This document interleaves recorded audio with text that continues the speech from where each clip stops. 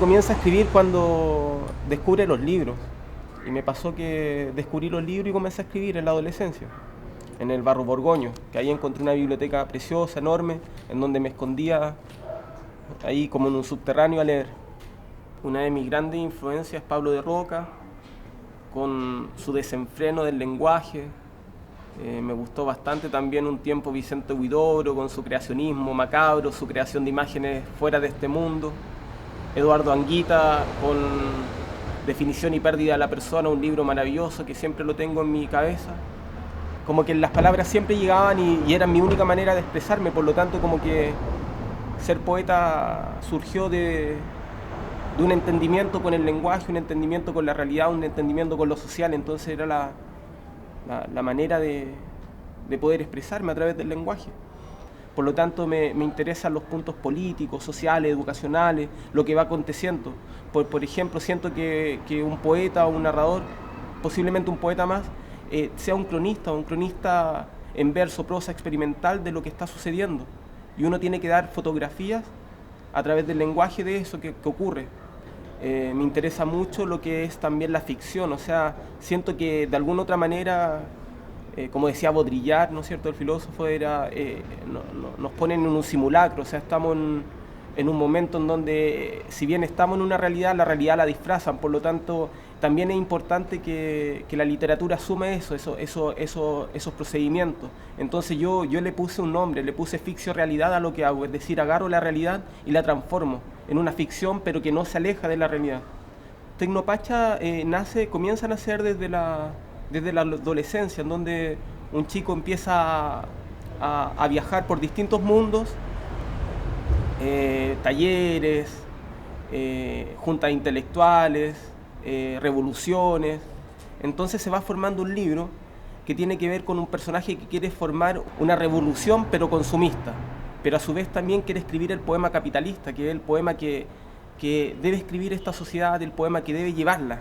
Se conjuga este personaje que pasa por distintos niveles, como dije, en un viaje, y que va acaparando toda la atención de la sociedad, quiere meterse en las instituciones privadas, es un pedante, pero a su vez también tiene toda una ética detrás que quiere cambiar estos sistemas, y cree mucho en la poesía, pero en la poesía capitalista, que es el poema, dice él, del mundo. Por lo tanto, un juego, una sátira a todo este sistema capitalista. Es un libro que conjuga la política, que conjuga lo social, la adolescencia, la juventud, que juega con personajes literarios, por ejemplo, juega con lo que es la policía beat, es decir, todos los beatniks que entraron con literatura a impactar a todos los lectores chilenos que leyeron mucho, a Ginsberg, por ejemplo. Entonces, para mí ellos se convirtieron en policías de la literatura más que en literatos en sí. Entonces juego con eso, con lo que vi en la adolescencia, en los talleres, por ejemplo. No creo en el escritor vegetal, no creo en el escritor que está inmóvil, creo en el escritor que sabe que la literatura de a poco se va muriendo, de a poco va tratando de ser desplazada por un sistema. Por lo tanto el escritor o el poeta tiene que asumir un rol político, un rol a manera de Marx, de actor cultural, de actor social, y por lo tanto tiene que generar movilidad de la literatura, es decir, ponerle pies a los libros. Y desde ahí, claro, creo profundamente en los talleres, o sea, realizo talleres en poblaciones, realizo talleres en instituciones, en centros culturales. Me gusta porque siento que desde ahí uno puede darle movilidad a la literatura, movilidad intelectual a las personas, incluso movilidad social, porque un niño que se encuentre con la literatura no va a seguir siendo el mismo niño en donde lo han tenido totalmente en un oscurantismo, ¿verdad? Lo que yo llamo el medioevo contemporáneo, es decir, ocultar los libros a las personas para que éstas no las tengan y así no piensen.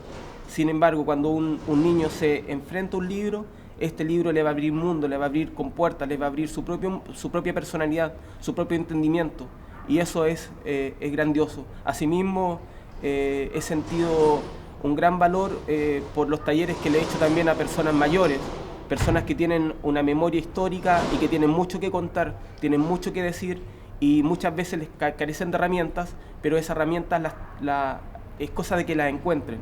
¿Y en dónde más las van a encontrar que en los libros? Y los talleres son una conversación, son una comunión, son como una reunión de voces, de personalidades, de entendimientos, de conocimientos. La poesía nos entrega herramientas importantes para mirar la historia, nos entrega herramientas importantes para saber lo que es, por ejemplo, incluso la filosofía, pero sobre todo el lenguaje. Saber que tenemos una herramienta que nos permite comunicarnos, entender y entablar diálogos que van más allá de lo que nos están mostrando. Si bien hay un discurso, de los cuales no creo, que dice que las personas tienen que leer, que las personas tienen que acercarse a la biblioteca. Sin embargo, nos ponemos a pensar que la realidad es otra, porque en primer lugar, voy a entrar en un cliché, el libro tiene IVA, es decir, se paga por un libro más impuestos, es decir, el libro se encarece. Por otro lado, las bibliotecas están en los centros, las grandes bibliotecas están en los centros. En Santiago hay guetos que están aislados y esas personas no tienen un acercamiento al libro. También el sistema estatal y privado ha sido súper excluyente, porque si bien fomentan la lectura y la publicación, esos libros siempre se van a sectores en donde el libro queda estancado. Por ejemplo, bibliotecas que parecen museos antiguos, lugares que parecen catacumbas en realidad. Entonces, claro, los departamentos de cultura, el Consejo de Cultura hace competir a los artistas, hace competir a los escritores, no les permite darse cuenta de que la realidad es más allá que ellos, o sea, más realidad que sus intereses personales.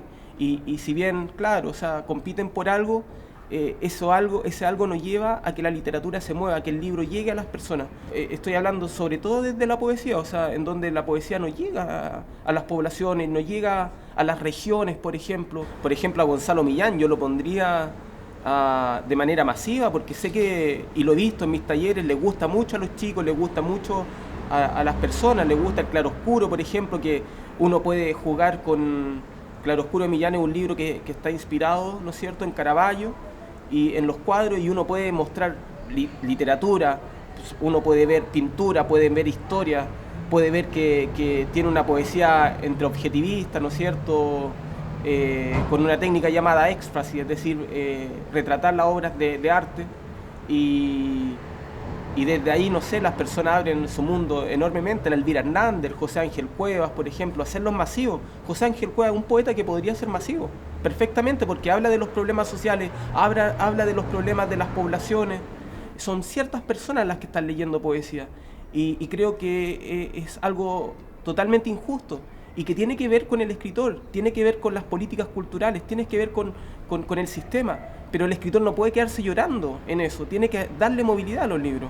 Bueno, la literatura tiene mucho que decir y mucho compromiso con lo social. En mis pares yo veo que hay un compromiso con la política, un compromiso con lo social, con la escritura misma, diferentes influencias desde el modernismo de Ezra Pound al realismo norteamericano, pasando por los clásicos chilenos, no sé, por ejemplo, la Marcela Saldaño, que revive a Rosamel del Valle, El País Blanco y Negro, o revive a M. Cecer, ¿cachai? Un poeta que hablaba de la negritud, es decir, un problema social, político y cultural. También, no sé si puedo hablar, por ejemplo, de la Roxana Miranda, que a través del Chumpal revive una cultura, revive un ser mitológico. Eso es el Chumpal, ¿verdad?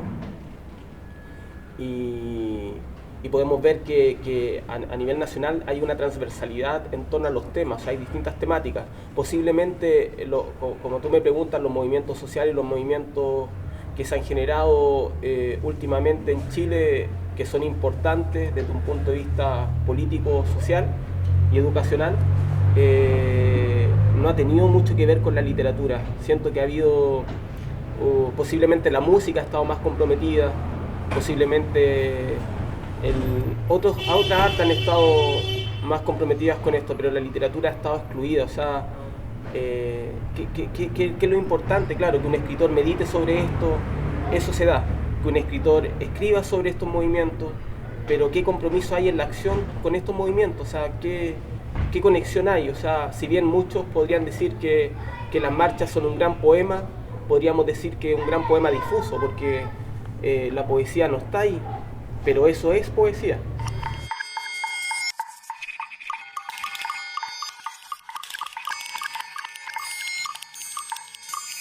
Junto a varios poetas de distintas regiones de Chile, quisimos hacer un encuentro llamado Descentralización Poética.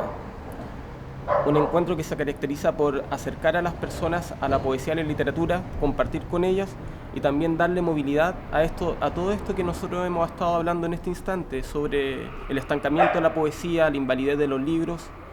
Entonces, y por otro lado también dar visibilidad a poetas de regiones en un Santiago centralista y hablo de Santiago excluyendo también a las poblaciones de Santiago, en donde todo pasa por acá, por el centro. No creo en este sistema circular, no creo en este sistema centralista que no permite darle movilidad. Entonces hemos dado, hace bastantes años atrás, un ejemplo de movilidad poética que se han ido desarrollando a través de talleres, a través de encuentros literarios, de poesía. Entonces queremos darle movilidad a la poesía, queremos darle ese espacio político-social que merece. Y eso posiblemente sea nuestro objetivo, sea desarrollar un movimiento consecuente, un movimiento de los escritores en acción, un movimiento poético que permita quebrar este estancamiento, estas conductas neoliberales desde el Estado.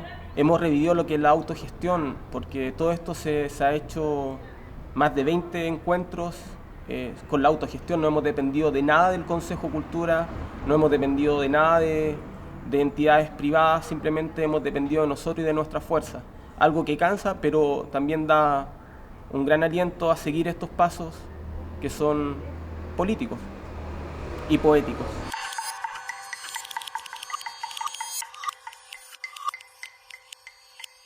Bueno, Borges decía así, tenía una frase re característica que decía: siempre pensé que el paraíso era una especie de biblioteca. Por lo tanto, si tengo que decirle a alguien que comienza en la literatura, es que se acerque a las bibliotecas, que se acerque a la lectura, a los libros, que es el lugar más importante. Como un músico requiere música, un escritor requiere literatura y un poeta requiere poesía.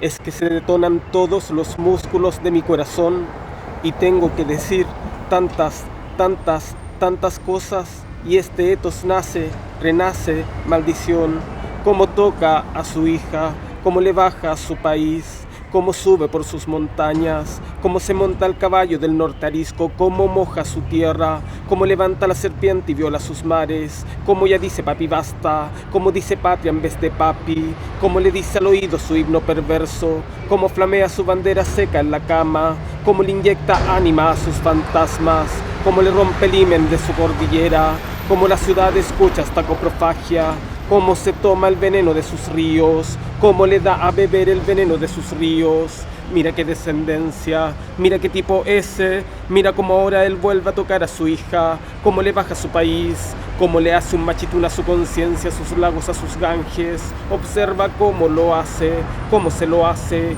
cómo ella dice patria en vez de papi, y cómo papi dice ser su patria.